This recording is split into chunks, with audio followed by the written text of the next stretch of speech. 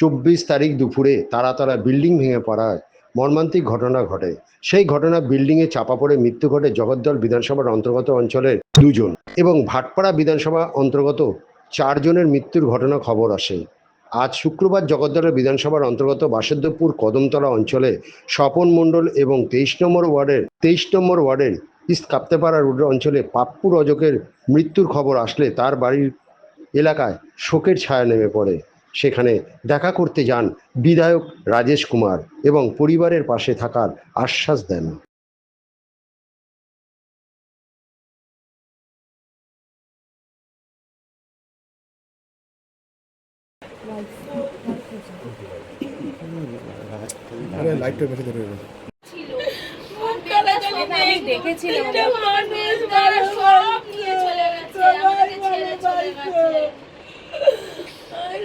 এই সরকার এসছে কত খুশি, ও যে কত জীবনে খুশি হয়েছে আমাকে বলতো যেন এই সরকার এসছে দেখবা সবাই উন্নতি হবে। আর আজকে তুমি নেই বাপু, আজকে তুমি নেই। পড়াশোনা জানে কিন্তু পড়াশোনা জানলে কি করবো, বাবা কোনো কাজ কর্ম তো পাইনি, রাজমিস্ত্রি কাজ করতো কিন্তু মেয়ের পিছনে স্বপ্ন ছিল, বলতো আমি দিন রাতে কাজ করে তবে কিছু করবো, কিন্তু এখন ওর স্বপ্ন কে পূরণ করবে? আমাদের তো ব্যাংক ব্যালেন্স নেই রেখে যাবে, একদিন কাজে তাও বলেছে মনে হয় তুই পড়াশোনা কর, আমি তোকে এখন আমাদের কে দেখবে? আমার মেয়ের স্বপ্ন কে পূরণ করবে? মেয়ে বলতে জীবন। আমরা সরকারের তরফ থেকে যেটা বলেছি ওটা তো আপনি শুনেছেন, ওটা তো আমি বলবো এই যে ক্ষতি হয়েছে ওটাকে পয়সা দিয়ে কোনোদিন মাপা যায় যে আমরা এটা বলে দিই যে পয়সা হয়ে গেছে, সব কিছু হয়ে গেছে। বাবা তো বাবাই হয়, আর স্বামী যে আছে স্বামী আছে, মানে এটা কোনো লোক বলতে পারবে না। এটা তো অপূরণীয় ক্ষতি আছে আপনাদের জীবনে, এটা তো মানে বলতেই হবে। দ্বিতীয় জিনিস যেটা হচ্ছে কি, নিশ্চয়ই গভর্নমেন্ট আরও কিছু ভাববে আপনার ক্ষেত্রে, যদি মেয়ের জীবনে মানে কোনো ধরনের কোনো অসুবিধা না হয়। আর মানে এটা আমরা সবাই মিলে কিছু না কিছু করবো, কোনো মতো যেন কোনো অসুবিধা না হয়। এটা আপনাকে আমরা সবসময় আপনার সঙ্গে আছি, এটাকে আমরা ফেরাতে পারবো না। যা ঘটনা হয়ে গেছে ওটাকে কেউ ফেরাতে পারবে না, খুব খারাপ ঘটনা হয়ে গেছে। আমরা সবাই, আপনি দেখেছেন ওখানে দিন রাত আমাদের চিফ মিনিস্টার উনি ওখানেই দাঁড়িয়েছিলেন, সকল মন্ত্রী অনেক লোক নামে মারা যেত, তার মধ্যে চেষ্টা করেছে।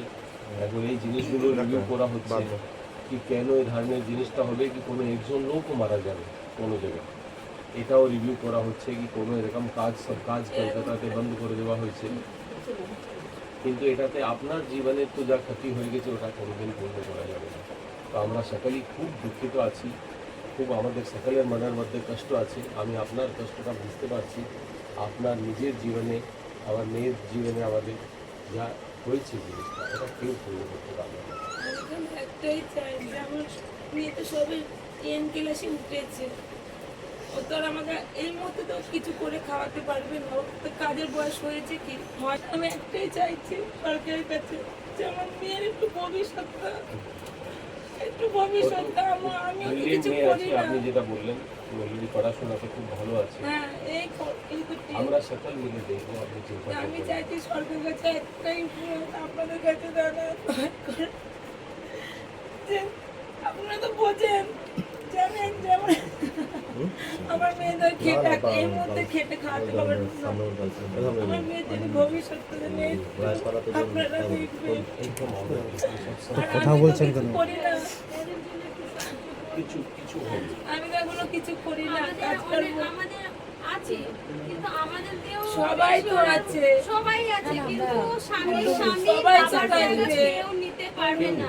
সবাই তো ওনার মা থাকবে, আছে, ওনার মা আছে, দেওয়ারও দিন আসে, দিনকার দিন মজুরি ওরা দিন মজুরি, ভাসিরও দিন মজুরি, কে দেখবে তিনটে বলো? ভাই ওর ছিল, তিনটে ভাইরা ও তো ডেলির কাজ করে, তিনটে দিন ভাই মজুরি ডেলির কাজ সবাই, করে। কেউ তার ব্যাংক কেউ ভালো চাকরি করে না, কেউ সাহায্য করবে আর দেখবে, সাহায্য করে ডেলি যে টাকা পায় ওই টাকা নিয়ে নিজে কাজ করে। মা একটা আয়রন করে করে কাজ করে, এখনো আয়রন করে, এখনো ও বয়স হয়ে গেলে আমি ছেলে এই পরিবারের লোকের কি বললো আপনাকে, কি চাকরি এই পরিবারের লোক দেখুন, ওদের দুঃখ অনেক বড় আছে। ওরা তো কি মানে, ওরা তো যে জিনিসটা আছে ওরা এটাই চাইছে কি সরকার ওদেরকে দেখবে ভালো করে, যেন জীবনে কোনো প্রবলেম না হয়। আর এটা আমাদের এরকম মুখ্যমন্ত্রীর যে চিন্তা ভাবনা আছে, উনি নিশ্চয়ই আরো ভালোভাবে দেখবেন, এটা আমি চাই। উপার্জনকারী পরিবারের একজন। ওটাই তো, এই জন্য আমরা এটা লিখবো, করবো। আমি আগে থেকে হাত বাড়িয়ে কোনো কথা বলতে চাইছি না, কিন্তু আমরা নিশ্চয়ই এটা নিয়ে আমরা লোকপ্রিয় মুখ্যমন্ত্রী সাহেবকে আমরা লিখবো, উনি নিশ্চয়ই ভাববেন। জগদ্দলে যারা যারা মারা গেছে প্রত্যেকের বাড়িতেই যাচ্ছে। আমি প্রত্যেকের বাড়ি ঠিক আছে।